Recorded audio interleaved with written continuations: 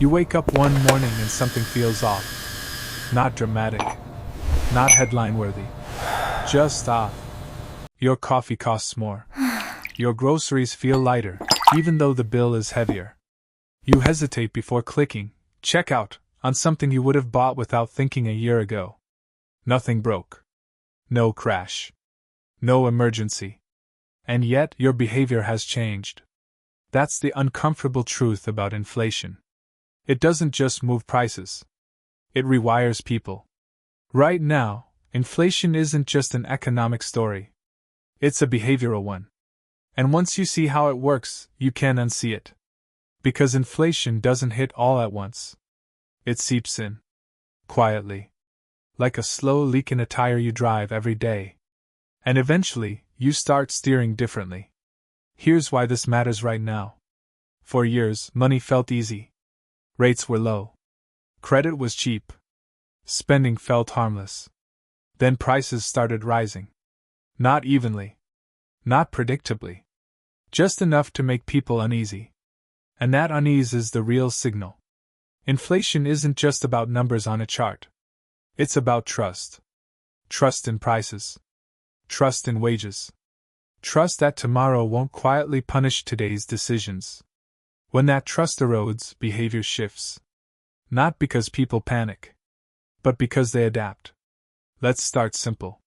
Inflation means money buys less over time.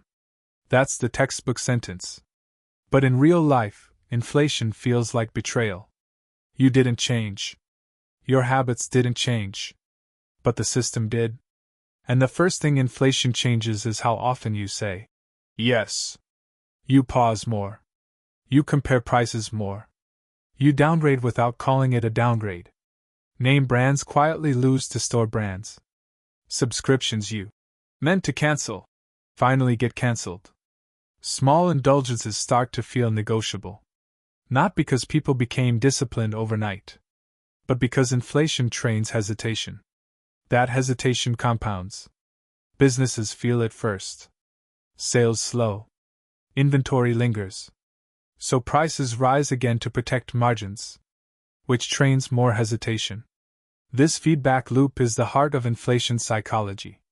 Now here's the part no one likes to talk about. Inflation changes not just what people buy, but when. When people believe prices will be higher tomorrow, spending accelerates today. Why wait if waiting costs you more? This is why inflation can feel self-reinforcing. The expectation of inflation creates inflationary behavior. Buy now.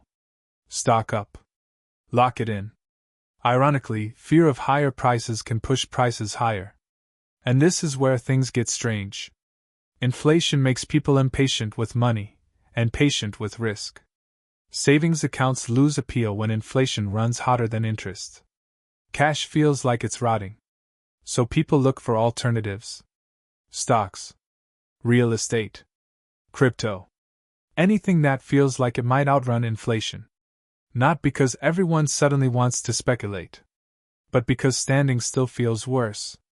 This is how inflation quietly nudges people into markets they don't fully understand. It's not greed. It's defense. And defense doesn't always look rational. Now zoom out. Wages don't move at the same speed as prices. They lag. Always. So households start doing math they never wanted to do. Which expense is optional? Which delay is survivable? Which debt is manageable? This is where inflation becomes emotional. Because cutting back isn't just financial. It's psychological.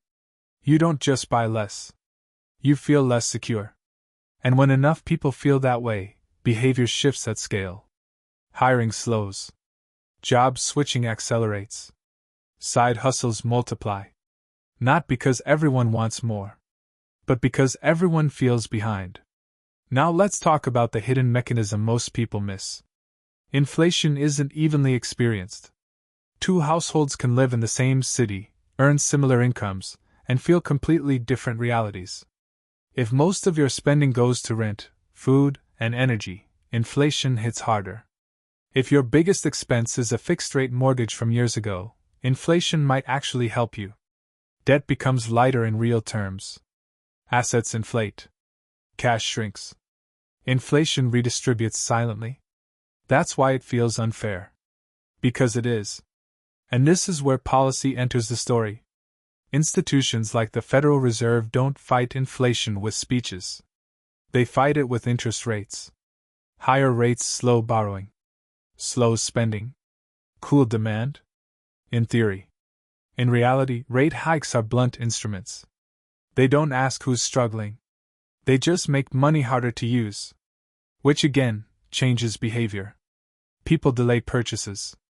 Businesses freeze expansion. Layoffs creep in quietly. Inflation slows, but at a cost. And here's the irony. The same inflation that makes people spend faster in some moments makes them freeze in others. Big purchases get delayed. Small ones get scrutinized. Confidence fractures unevenly. That inconsistency is destabilizing. Markets hate uncertainty more than bad news.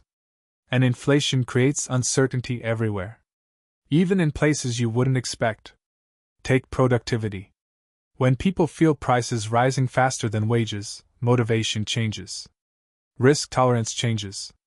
Loyalty changes. Why stay put if your income is quietly shrinking? Why save if saving feels pointless? This is how inflation seeps into culture. Shorter planning horizons. More short-term thinking. Less patience. It's not that people stop caring about the future. It's that the future feels foggier. Now contrast this with the hype. Inflation is often framed as temporary. Transitory. Under control. Sometimes that's true. But behavior doesn't reset just because numbers do. Once habits change, they linger. People who learn to budget aggressively don't instantly loosen up. Businesses burned by sudden cost spikes don't rush to expand again. Inflation leaves scars. And those scars shape decisions long after the headline rate cools. This is why inflation is so powerful. Not because of how high it gets, but because of how long it changes people. And the uncomfortable math underneath all of this is simple. If prices rise faster than incomes for long enough, something has to give. Either spending falls, debt rises, or expectations break. History shows it's usually a mix of all three. Which brings us to the bigger implication. Inflation isn't just an economic variable. It's a social force. It determines who feels safe, who feels desperate, who takes risks, and who retreats. And once a society internalizes inflation, reversing the mindset is harder than reversing the metric. So here's the question that matters. If inflation has already changed how people think, spend, and plan, what happens when prices stabilize, but behavior doesn't? Does caution become permanent? Does risk-taking overshoot? Or does the system quietly reset while people never quite do? Because the most lasting effect of inflation may not be what it does to prices. It may be what it does to us.